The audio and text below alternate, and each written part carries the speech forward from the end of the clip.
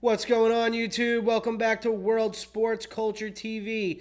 Today, just doing a little preview and some match predictions for Spain versus France in the semis on their way to the World Cup final. So, as usual, we're pulling for France. I hope to see them win today and make it to the World Cup final for a third time in my lifetime. We made it to 2018. We won it. We made it in 22. Lost it to Messi. No shame in that.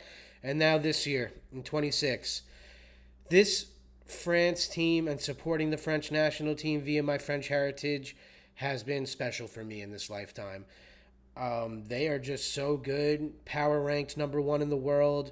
Star studded lineup. I mean, to be a French supporter is something special. That's why we have these two stars, you know? So, really looking forward to the game today. And just wanted to go over the starting lineups, some match predictions I have, and maybe some hot or cold takes that I may be giving you right now. So, starting in about 10 minutes, we have France versus Spain in the semis. Really good matchup, probably one of the better games in this World Cup when it comes to rankings going up against each other. So it looks like the French came out with a slightly different starting lineup. It seems like this French team always tweaks maybe one or two players every match. So instead of having Douillet starting today, they have Barcola, who both play on PSG, who are both unbelievable talents, and you really can't be upset with whoever starts, to be honest. They both offer a little something different. I think Douillet gives maybe more chance creation and more shots on cage and looks to get his own shot off more, and also probably a better shooter from outside the box and has more of a power shot on him. Where Barcola is more of a pace merchant. He's very fast. He's going to create a lot of transitional plays, which is why I think they went with Barcola in this matchup, where I think it's going to be a very open game. So to catch Spain out on the transition with a guy like Barcola and his speed on the left wing might be a really good play by Didier Deschamps. So I actually agree with the change. But it looks like going along with Barcola on the left wing, you have Mbappe at striker, as expected. Dembele on the right. Ballon d'Or winner as expected. Michael Olise, who's been unbelievable this tournament. I believe he leads the World Cup with assists, playing the 10. And then at the defensive midfield pivot, you have Rabiot, who's been starting. And you have Tukamini instead of Kone, who's been starting some games here and there. Seems like those guys are kind of switching as well. And then the back line has been the same this whole tournament. It's Koundé at right back, Upamecano at right center back, William Saliba at left center back, and Digne, who just got a move to PSG, at left back. And then you have Mike Mignon of AC Milan in cage tonight, and I think he's easily our best goaltender for France, so as to be expected, and he's been starting the whole tournament. For Spain, it looks like that we have Orzabal at striker, who was kind of being questioned for that position before the tournament started, but he has proven that he is a bagsman for Spain. He consistently scores and has great output for Spain, so I don't see why they would ever change that. So there he is starting at striker. You have Yamal on the right wing, one of the world's biggest phenoms right now, one of the younger players in the tournament starting, and just an excellent player for Barcelona, and probably be hearing his names in future World Cups as well, bar anything crazy. Danny Olmo playing at Cam. I think Danny Olmo was one of the players of the match in the last game for Spain. I think he's absolutely unbelievable. He plays really well for Barcelona. He has that link-up play with these Barcelona guys like him and Yamal, for example, and Kubarsi in the back. So I really think that Olmo is somebody to watch for. Hopefully he doesn't do too much damage today, but I do think Danny Olmo has been one of their highest-performing players in this World Cup, and I think he's an excellent attacking midfielder. You have Alex Baena playing the left wing. I did see that Nico Williams came on last game in the second half. Maybe he's just not healthy enough to go a full 90, but I would personally say that Nico Williams is better than Baena, but Baena has been starting. He has a goal this World Cup, and he has been producing, so no slouch over there at the left wing for Atletico Madrid. Looks like you have Fabian Ruiz of PSG playing in one of the defensive pivot roles in the midfield, along with Rodri of Manchester City, who's one of the better midfielders in the world still. And then you have Pedro Porro of Tottenham Hotspur playing at right back. Porro has been unbelievable this World Cup, actually one of the highest rated defenders in this World Cup, and I'm very happy that Tottenham has locked him down to a new contract as of recently. So As much as I love Pedro Porro, I hope he doesn't do too much damage against my French today.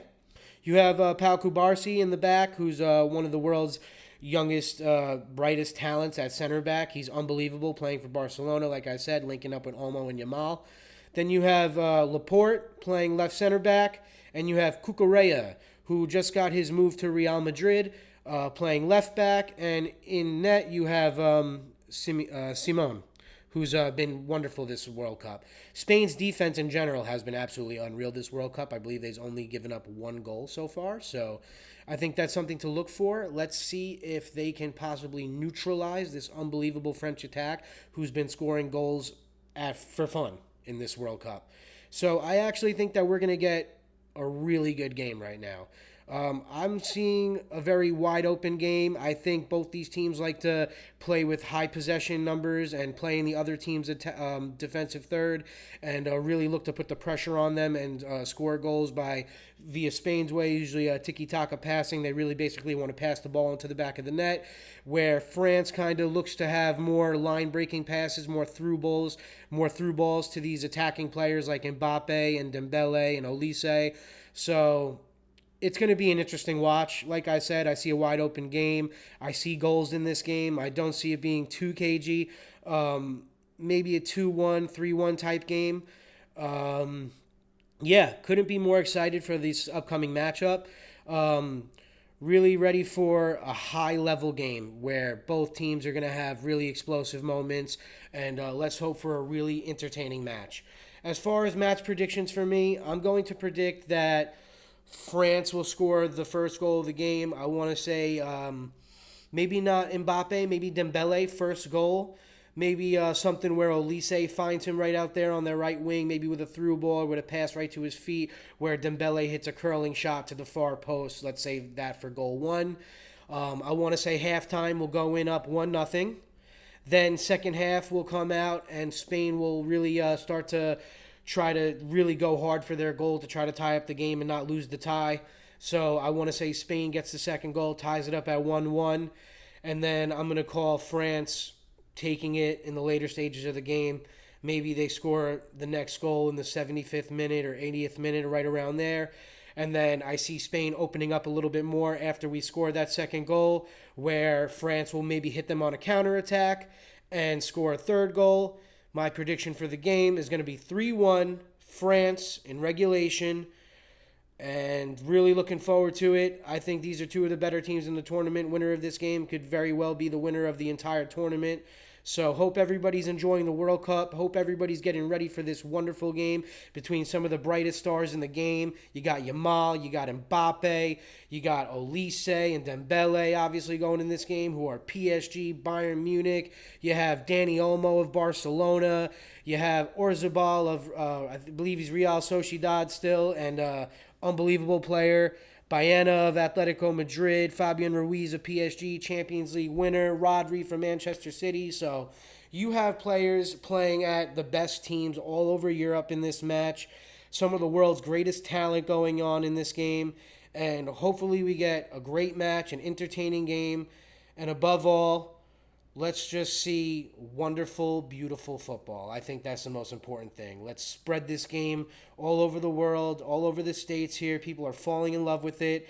And I think the more fans we have in European football and the more entertainment value it gives, the better it is for us fans. So let's go on to the semis. Hope everybody's enjoying the World Cup. Hope everybody's having a great day. And until next time, YouTube. And if you're enjoying the content, drop a comment. Drop a like, subscribe to the page.